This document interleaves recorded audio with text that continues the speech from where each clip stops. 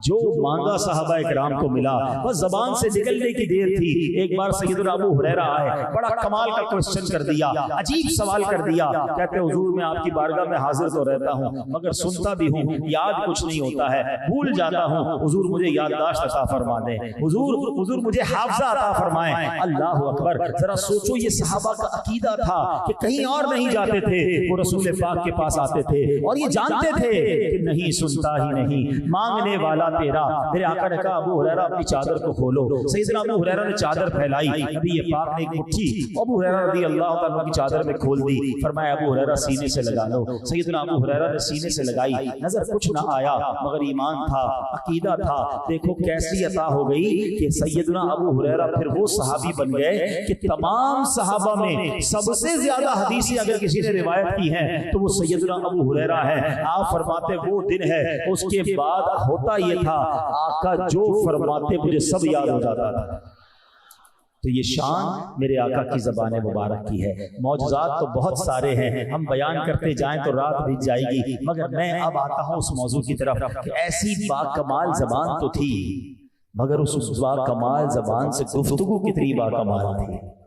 نبی پاک گفتگو کیسے فرماتے تھے؟ ہم بھی تو باتیں کرتے ہیں نا، ہم نے سیکھنا ہے آج کے بیان میں کہ نبی پاک کی گفتگو کیسی تھی اور ہم اپنی زبان کا استعمال کیسے کرتے ہیں۔ سبحان اللہ، کیسا کلام تھا میرے آقا کا۔ چلو پھر چلتے ہیں بریلی کے تاجدار کی بارگاہ میں۔ آپ فرماتے میں نثار تیرے کلام پر۔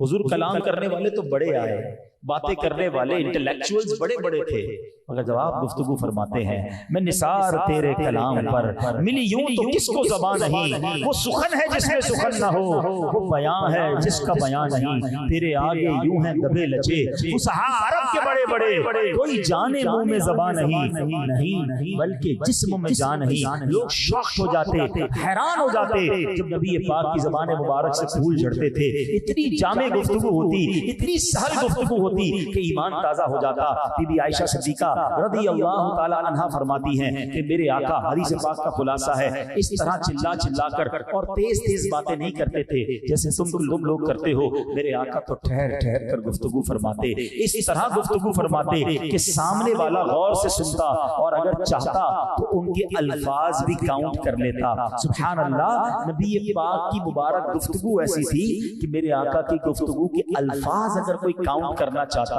تو وہ الفاظ بھی گن سکتا تھا۔ اب میں اور آپ غور کریں ہم کیسے بولتے ہیں۔ ہمارے کئی لوگ تو اتنی تیز بولتے ہیں کہ سمجھ نہیں آتا کیا بولتے ہیں۔ بندہ کہتا ہے رکو بھائی ذرا دوبارہ سنائیے گا۔ وہ آج کل واٹس ایپ پہ ہے نا، ملٹیپلائی بائی 2 ملٹیپلائی بائی 1.5، کچھ لوگوں کا پہلے ہی ملٹیپلائی بائی 2 لگا ہوا ہے، وہ بات ہی اتنی تیز کر رہے ہوتے ہیں۔ ارے میرے پیارے اسلامی بھائیوں، بات آرام سے ٹھہر ٹھہر کر اتنی آسان کریں کہ سامنے والا آپ کی بات سمجھے۔ اسی طرح اگر بیان کرنے کا بھی موقع ملے تو بیان میں بھی کوشش یہ ہونی چاہیے کہ ہمارا ہر لفظ دوسرے لفظ سے الگ ہو، سننے والے کو سمجھ آئے۔ اور سبحان اللہ، نبی پاک کی ایک اور عادت کریمہ یہ تھی کہ جب آپ گفتگو فرماتے اور کوئی امپورٹنٹ بات ہوتی، کوئی خاص بات ہوتی تو میرے آقا اسے 3 بار ریپیٹ فرماتے تاکہ سامنے والا اسے یاد کر لیتا۔ اور سبحان اللہ، نبی پاک جب گفتگو فرماتے نا تو میرے آقا مسکرایا کرتے، نبی پاک کے چہرے پر مسکراہٹ ہوتی۔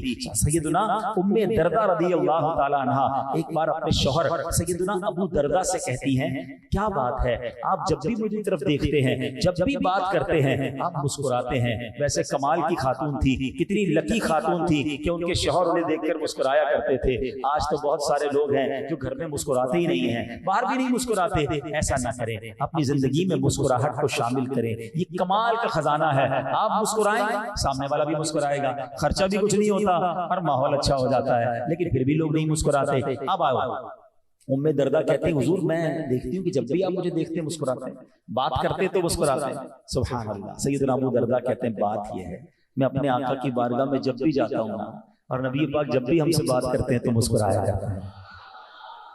ہائے ہائے ہائے، یہ مسکراہٹ کی عادت۔ اور آج بہت ساری مشکلیں اس لیے ہماری ہیں کہ ہمارے چہرے پہ مسکراہٹیں ختم ہو گئی۔ اتنا سوجا ہوا چہرہ، اتنا سخت چہرہ، بندے کو دیکھ کے ڈر لگ رہا ہو بات کروں کہ نہیں کروں، پتہ نہیں بات بھی کرے گا ڈانٹے گا نہیں۔ مسکراتا چہرہ سب کو اچھا لگتا ہے۔ اچھا کچھ لوگ کہتے بھی ہیں، میرے لوگ قریب نہیں آتے، مجھ سے بیٹھتے نہیں میرے ساتھ، دوسرے آپس میں دوستیاں لگاتے ہیں، مجھ سے کوئی دوستی نہیں لگاتا، تو یہ ان کا قصور نہیں ہے، چیک کیجئے آپ میں پرابلم ہے.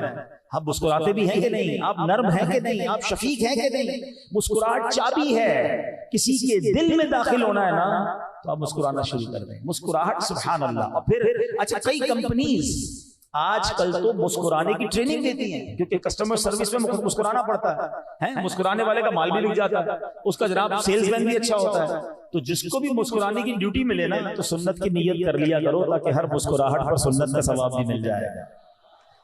کیسی مسکراہٹ تھی؟ جس کی تسکی سے روتے ہوئے ہنس پڑے اس تبسم کی عادت پہ لاکھوں سلام، اس تبسم کی عادت پہ لاکھوں سلام. مسئلہ یہ مسکراتے نہیں ہے، یقین کریں دلوں پہ مرہم پڑ جاتا ہے، انسان سکون میں آ جاتا ہے. تو اپنے گھر والوں کے ساتھ بھی مسکرایا کریں، اپنے خاندان والوں کے ساتھ بھی، صرف گاہکوں کے ساتھ نہیں. ہاں گاہک کے سامنے بڑا مسکراتا ہے، آئیے آئیے بیٹھے بیٹھے چائے پلاؤں آپ، اور کیا گرمی لگی پنکھا ادھر کرو بھائی، کیونکہ گاہک آیا خریدنے کے لیے. یہ انداز کبھی ماں باپ کے ساتھ کیا، بیوی بچوں کے ساتھ کبھی یہ انداز کیا؟ ایک بات یاد رکھیے گا، میرے اور آپ کے حسن اخلاق کا اگر کوئی سب سے زیادہ حقدار ہے نا تو ہمارے گھر والے ہیں. ہاں نبی پاک علیہ السلام فرماتے ہیں تم میں بہترین وہ ہے جو اپنے گھر والوں کے لیے بہترین ہے، اور فرمایا سن لو کہ تم سب سے زیادہ اپنے گھر والوں کے لیے بہترین ہو. اب ہم سوچیں کہ ہم اپنے گھر والوں کے ساتھ کیسے، تو وہاں بھی مسکرایا ہے، نرم گفتگو کیا کریں، ڈانٹ ڈپٹ جھڑکنا. اچھا کچھ لوگوں کا سٹائل ہی عجیب ہوتا ہے، ایسے بات کریں کہ جیسے لڑائی کر رہے ہیں.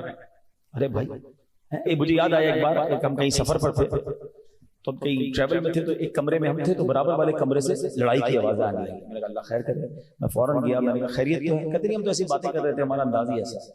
ارے بھائی کیوں ایسا انداز؟ اگر آپ کے انداز میں ترش روی ہے، آپ کے انداز میں ڈانٹنے والا انداز ہے، چیخنے چلانے والا انداز، تو بدلیے نا.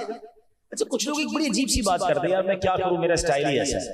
نہیں جناب، ایک بات آپ غور سے سن لو، ہمارا جو انداز ہے نا، کچھ لوگ کہتے ہیں میں ہوں غصے والا، وہ غصے والا ہی رہتا ہے، میں بڑا سست ہوں، وہ سستی رہتا ہے.